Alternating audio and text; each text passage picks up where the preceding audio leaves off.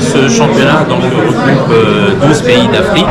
C'est le championnat d'Afrique jeune, de moins de 18 ans, garçons et filles.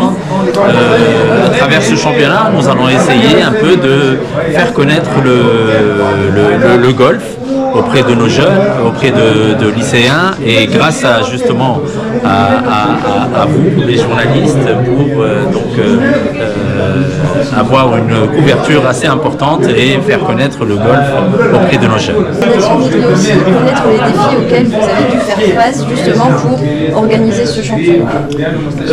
Le défi majeur est essentiellement d'ordre financier. Le budget pour l'organisation d'un championnat d'Afrique reste quand même relativement important. Nous avons plus de 150 personnes à héberger et organiser la logistique du transport. Malheureusement, le golf n'attire pas de sponsors. D'ailleurs, comme vous pouvez le constater, les seuls sponsors que nous avons, c'est essentiellement du sponsoring en nature. Donc, c'était essentiellement un défi financier. Mais grâce aux bonnes relations que nous avons avec la R&A, c'est Royal Hanson, c'est un peu l'équivalent de la Fédération internationale de golf, ils ont cru en nous et ils ont vu que nous étions investis d'une mission pour faire réellement connaître et développer le golf en Tunisie. Ils nous ont, la vérité, supporté, et grâce à leur support, nous avons pu organiser cet événement. Dernière question, qu'en est-il des ambitions de la fédération pour les jeunes golfeurs tunisiens? Alors, pour ne rien vous cacher, le niveau du golf tunisien sur le plan africain reste relativement modeste. Le golf en Afrique est dominé essentiellement par les pays anglophones qui ont une très forte tradition golfique.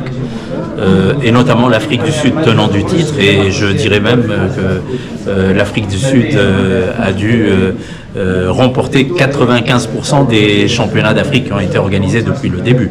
Mais la vérité est grâce un peu au fait qu'on ait fait participer nos jeunes à pas mal de championnats internationaux, d'événements internationaux. Ça leur a donné une expérience pour pouvoir éventuellement espérer une place sur le podium. Well, the defending champion is South Africa, but you know that South Africa is a good team, but the host country always utilizes home advantage whenever such events are happening. So we are hopeful that Tunisia has a chance as the host, because they know the golf facility, they know the golf course, they know the conditions, and they should be able to compete favorably in this event and against South Africa. And how does this event help young golfers in Africa to improve their skills?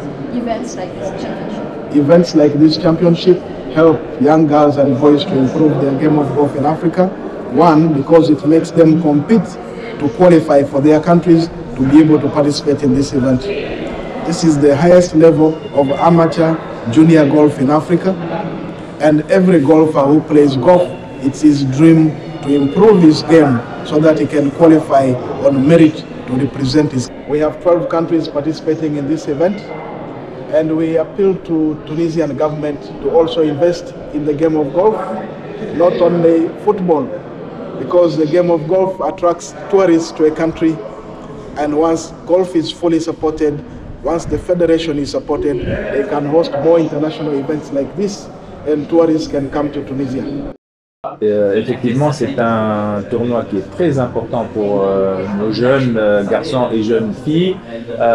L'interaction avec d'autres pays africains, c'est très important. La compétition est d'un bon niveau et même d'un très haut niveau quand on compte quelques pays comme l'Afrique du Sud, comme le Maroc, le Zimbabwe, le Kenya, et ça va permettre d'améliorer encore le jeu, parce qu'il n'y a pas mieux que la compétition pour améliorer le jeu.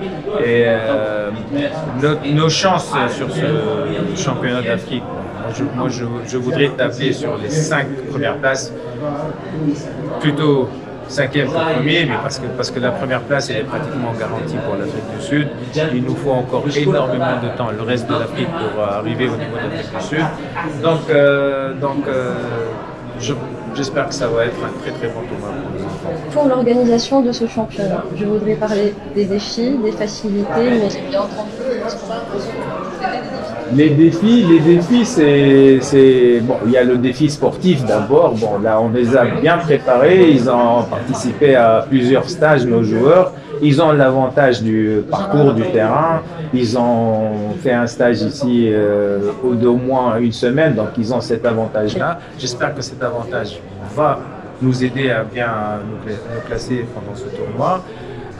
Les difficultés sont toujours des difficultés financières. On veut toujours mieux faire, avec plus d'argent on peut mieux faire. Bon, on se débrouille comme on peut. La Fédération internationale de golf, la Royal Ancient, qui est en Écosse, nous a quand même nous a permis d'organiser ce tournoi. Donc ils nous ont fait un don de 25 000 livres sterling, ce qui n'est pas mal du tout. Et j'espère, j'ai eu la promesse de Monsieur le Président du Comité national olympique tunisien pour nous donner de l'aide financière aussi pour ce tournoi. Donc, comme je le disais tout à l'heure, nous ne pouvons pas nous permettre d'être déficitaires sur un tournoi. La promesse des membres du bureau fédéral, c'est même s'il y a un déficit, on va le couvrir. Donc ça ne sera pas.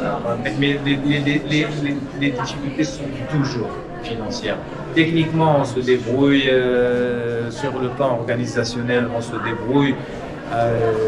S'il y avait plus d'argent présent, on pourrait encore faire beaucoup mieux.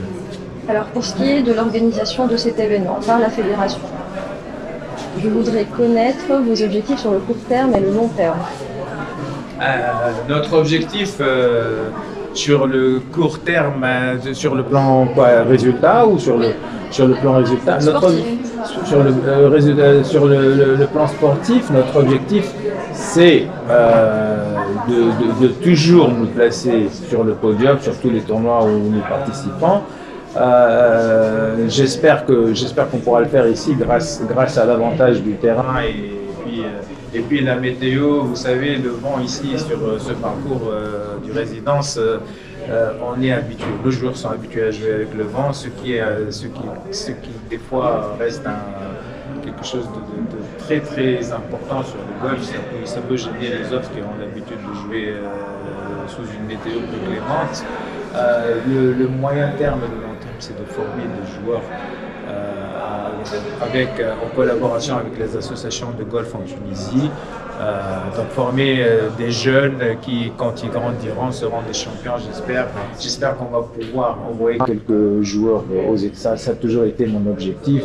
Là, je pense qu'on va avoir au moins 2-3 joueurs qui vont partir d'ici 2-3 ans aux États-Unis pour jouer là-bas. Et je pense qu'ils seront de grands champions s'ils terminent leurs études sport-études là-bas aux États-Unis. Donc j'espère qu'ils seront de grands champions. Toujours, gérer une fédération, c'est créer des champions. C'est ça la vérité, créer des champions. Et aussi, oui, d'accord, il y a beaucoup d'autres facteurs qui sont importants aussi, l'éducation, la discipline, le respect, parce que le golf c'est un sport d'honneur. C'est un sport d'honneur parce qu'on a pas d'arbitre, on a des arbitres au golf, mais les joueurs s'auto-surveillent. Les joueurs, s'ils veulent tricher facilement. Donc on leur apprend à être intègre et honnête. Ça, c'est très important. Donc pour ce championnat Afrique, notre objectif, ce serait pour l'équipe masculine de finir dans le top 5. Ce serait une première. Et on pense qu'on a les qualités, sincèrement, surtout ici en Tunisie, dans notre terrain. Et puis voilà, on verra, on espère le faire. Et voilà. Ouais, c'est très important pour nous parce que ça nous donne beaucoup d'expérience et puis c'est sympathique aussi de rencontrer d'autres pays, d'autres cultures et de se confronter à des gens très forts qu'on ne connaît pas.